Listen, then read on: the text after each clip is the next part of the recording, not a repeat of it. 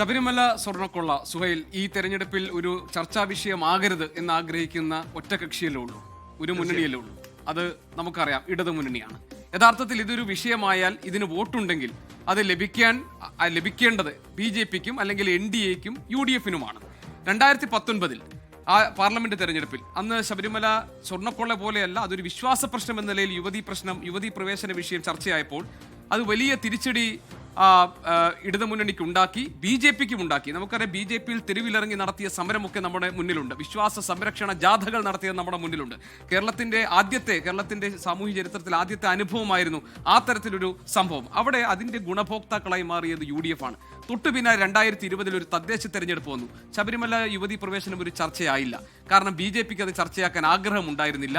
കാരണം ഗുണഭോക്താക്കളായി മാറിയത് അന്ന് UDF ആയിരുന്നു. 2021 നിയമസഭാ തെരഞ്ഞെടുപ്പ്, തദ്ദേശ തെരഞ്ഞെടുപ്പ് ഇടതുമുന്നണിക്ക് അനുകൂലമായി. 2021 നിയമസഭാ തെരഞ്ഞെടുപ്പ് വന്നപ്പോൾ അതും ഇടതുമുന്നണിക്ക് അനുകൂലമായ ജനവിധിയായി. അവിടെയും ശബരിമല യുവതീ പ്രവേശനം ഒരു ചർച്ചാ വിഷയമാക്കിയില്ല. അതിനുശേഷം ശബരിമല സ്വർണ്ണക്കൊള്ള എന്നത് കേവലം ഒരു വിശ്വാസ പ്രശ്നമല്ല, അതൊരു തട്ടിപ്പിന്റെ പ്രശ്നം കൂടിയാണ്. ആ തട്ടിപ്പിന് ഇടനില നിൽക്കുകയോ വഴിയൊരുക്കുകയോ അതിന്റെ കാരണക്കാരാവുകയോ ചെയ്തത് ഇന്നത്തെ സർക്കാരാണ് എന്ന ആക്ഷേപം നിലനിൽക്കുമ്പോഴാണ് എന്ത് സംഭവിക്കുന്നത്?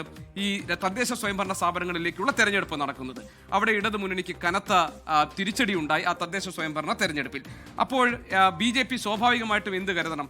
2020 ഞാൻ പറഞ്ഞത്, ആദ്യത്തെ ശബരിമലയിൽ വിശ്വാസ പ്രശ്നം വന്ന സമയത്ത് പ്രധാനമന്ത്രി പത്തനംതിട്ടയിൽ ഒരു സമ്മേളനത്തിൽ പ്രസംഗിച്ചപ്പോൾ പറഞ്ഞത്, ശബരിമല എന്ന് കേട്ടാൽ എന്ന് പറഞ്ഞാൽ ജയിലിൽ പോകേണ്ട സ്ഥിതിയാണുള്ളതെന്നാണ്. അതിനുശേഷം 2026 ജനുവരി 23 അദ്ദേഹം തിരുവനന്തപുരത്തെ പുത്തരിക്കണ്ട മൈതാനത്ത് സംസാരിക്കാൻ വന്നപ്പോൾ അദ്ദേഹത്തിന് ശബരിമല അയ്യപ്പന്റെ വിഗ്രഹം കൊടുത്താണ് അദ്ദേഹത്തെ സ്വീകരിച്ചത്. അന്ന് നടത്തിയ പ്രസംഗത്തിൽ പ്രധാനമന്ത്രി നരേന്ദ്രമോദി പറഞ്ഞ കാര്യം, ഈ ശബരിമല സ്വർണ്ണക്കൊള്ളയുമായി ബന്ധപ്പെട്ട സമഗ്രമായ ഒരു അന്വേഷണം BJP അധികാരത്തിൽ വന്നാൽ, നമ്മൾ കേൾക്കേണ്ടത് BJP അധികാരത്തിൽ വന്നാൽ സമഗ്രമായ ഒരു അന്വേഷണം ഈ കാര്യത്തിൽ ഉണ്ടാകുമെന്നാണ്.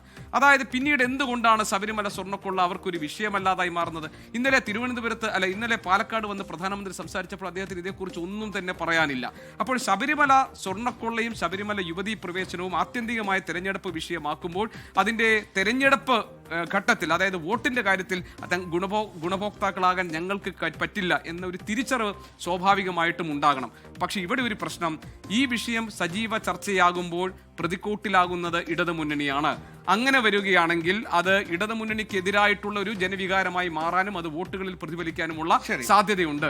അതുകൊണ്ടാണോ BJP മൗനം പാലിക്കുന്നത് എന്നൊരു പ്രധാനപ്പെട്ട ചോദ്യം ഡീൽ ആരോപണത്തിന്റെ പശ്ചാത്തലത്തിൽ സ്വാഭാവികമായും സാമാന്യ ബുദ്ധിയിൽ ഒരുപക്ഷെ നമ്മൾ ചിന്തിച്ചു പോയേക്കാം. ഞാൻ അങ്ങനെയുണ്ടെന്നല്ല പറഞ്ഞത്, ഒരു സാഹചര്യവും സാധ്യതയും അവിടെ നിലനിൽക്കുന്നുണ്ട് എന്നതുകൂടി അവിടെയുണ്ട്. മാത്രമല്ല, പ്രധാനമന്ത്രി പറയാതിരിക്കുക, ഇപ്പൊ രാജീവ് ചന്ദ്രശേഖർ ശ്രീകണ്ഠൻ നായർക്ക് നൽകിയ അഭിമുഖത്തിൽ അദ്ദേഹം പറയുന്നത് എന്നൊന്നും പറയേണ്ടതില്ലല്ലോ എന്ന്. പക്ഷേ NDAയുടെ ഒരു സ്ഥാനാർത്ഥിക്കും അതിൽ താല്പര്യമില്ല. പലപ്പോഴും പറയുന്നേ ഇല്ല എന്നുള്ളതാണ് വസ്തുത. അതായത് അത് BJP ആണല്ലോ, അത് വിശ്വാസികളുടെ പാർട്ടിയാണല്ലോ എന്നൊക്കെയുള്ള ആർക്കെങ്കിലും തെറ്റിദ്ധാരണ ഉണ്ടെങ്കിൽ ഒരു വിശ്വാസവും ഇല്ല. ഇത് രാഷ്ട്രീയം മാത്രമേ ഉള്ളൂ.